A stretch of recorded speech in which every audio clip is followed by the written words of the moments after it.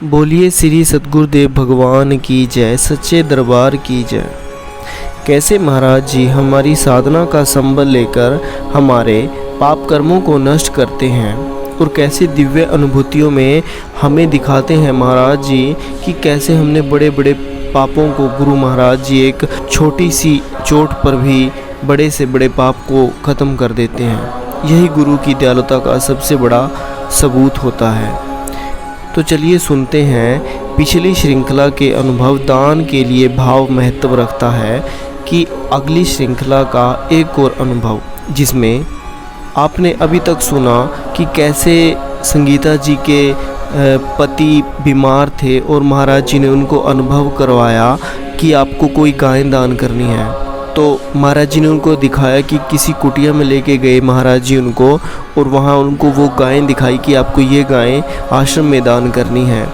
और जब उनका ये अनुभव टूटा तो उन्होंने आश्रम में बात की कि महाराज जी ने हमें ऐसे ऐसे अनुभव करवाया कि हमको गायें दान करनी है। तो दीदी ने उनको बोला कि आप ऑनलाइन भी गायें दान कर सकते हैं।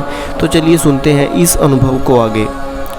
आगे संगीता जी बताती हैं कि दीदी से इस बात को सुनकर भी हमने कदम आगे नहीं बढ़ाए, क्योंकि अंदर यह सोच थी कि प्रत्यक्ष रूप से किए गए दान की अलग बात होती है, उसका अधिक फल मिलता होगा। बस मन की इसी सोच के कारण गोदान टलता रहा। कुछ दिनों में मेरे पति का स्वास्थ्य और अधिक बिगड़ता गया और एक दिवस गुरु महाराज जी के स्वरूप के सामने प्रार्थना करते हुए मैंने, महाराज जी मेरे पति की तबीयत दिन प्रतिदिन बिगड़ती जा रही है, मुझे कुछ समझ नहीं आ रहा है, मैं क्या करूं, अब आप ही कुछ उपाय बताइए। प्रार्थना करते करते ही मेरी आंखें बंद हो गई और कानों में ये शब्द गूंजने लगे, गोदान जैसा शुभ कार्य में विलंब क्यों, यह कार्य जितना शीघ्र हो सके पूरा करो। इस आवाज़ को सुनते ही मेरी आंख खुल गई और मैंने यहाँ वहाँ देखने लगी। वहाँ मेरे आसपास कोई नहीं था। अंतर आत्मा ने कहा, ये आवाज़ स्वयं गुरु महाराज जी की ही थी। अब मैंने जल्दी से आश्रम में दीदी को फ़ोन मिला दिया। प्रचारक दीदी ने कहा, दीदी दान के लिए स्थान नहीं, भाव महत्व रखता है कि हम किस भाव से दान दे रहे हैं। महत्व इसका है, ना कि इसका कि हम क्या दान कर रहे हैं। क्योंकि महात्मा बुद्ध जी की एक समय की घटना आती है कि महात्मा बुद्ध जी को एक राजा ने असरफियाँ दान की। तो महात्मा बुद्ध बिना कुछ बोले वो असरफियाँ लेकर आ गए। उसके बाद कुछ समय के बाद एक भूखा बैठा हुआ रोटी खा रहा था और उसने अपनी आधी रोटी तोड़कर महात्मा बुद्ध जी को दे दी और महात्मा बुद्ध जी इतने प्रसन्न हुए कि बहुत ज़्यादा।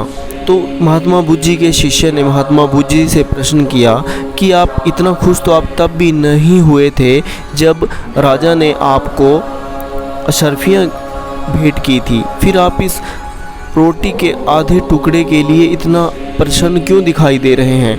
तब महात्मा बुद्ध जी ने कहा कि ये डिपेंड करता है कि दान देने वाले का भाव कैसा है।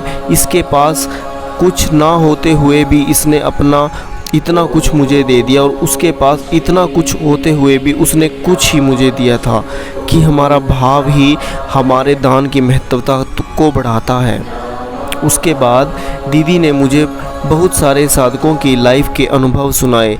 अब मेरे मन की सारी उलझनें समाप्त हो गई और हम हर्ष ऑनलाइन गोदान के लिए तैयार हो गए। रुकिए, लाइफ की यह घटना नहीं ख़त्म नहीं हुई। रुकिए, लाइफ की यह घटना यहीं ख़त्म नहीं हुई। ऑनलाइन दान में हम बेंगलुरु में रहते हुए दिव्य धाम आश्रम में गोदान व पूजा कर रहे थे। जब दान के लिए गाय को लाया गया तो वह बिल्कुल वैसी ही थी जैसी मुझे दिव्य स्वप्न में दिखाई दी थी। उसका रंग रूप कद काठी सब कुछ वैसा ही था।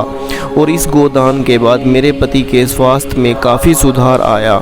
उन्होंने मानसिक शांति भी प्राप्त हुई। सच में शास्त्रों में लिखी बातें एकदम सच होती हैं कि पूर्ण सद्गुरु की कृपा से वे साधक के घट में प्रत्यक्ष भी होती हैं।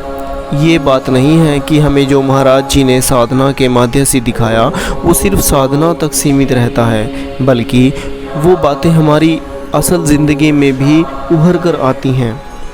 गुरु महाराज जी जब अपने शिष्यों को अनुभव कराते हैं या उन्हें किसी घटना से सतर्क करते हैं, तब महाराज जी उन्हें दिव्य अनुभूति या दिव्य स्वप्न के माध्यम से ही अपने शिष्यों को कुछ दिखाते हैं, ताकि उनके शिष्य उसके प्रति सजग रहें। इसी आशा के साथ कि आप गुरु चरणों में अपने ध्यान को सदा टिकाए रखेंगे और गुरु महाराज जी के प्रति अपने विश्वास को ऐसे ही मजबूत रखेंगे और हर दिन गुरु महाराज जी के बताए अनुसार ध्यान साधना करेंगे। मैं अपने अनुभव को यहीं समाप्त करता हूँ।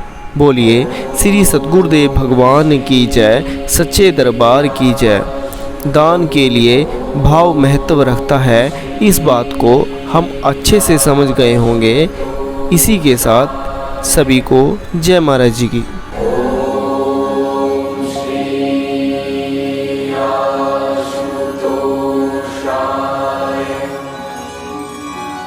Namo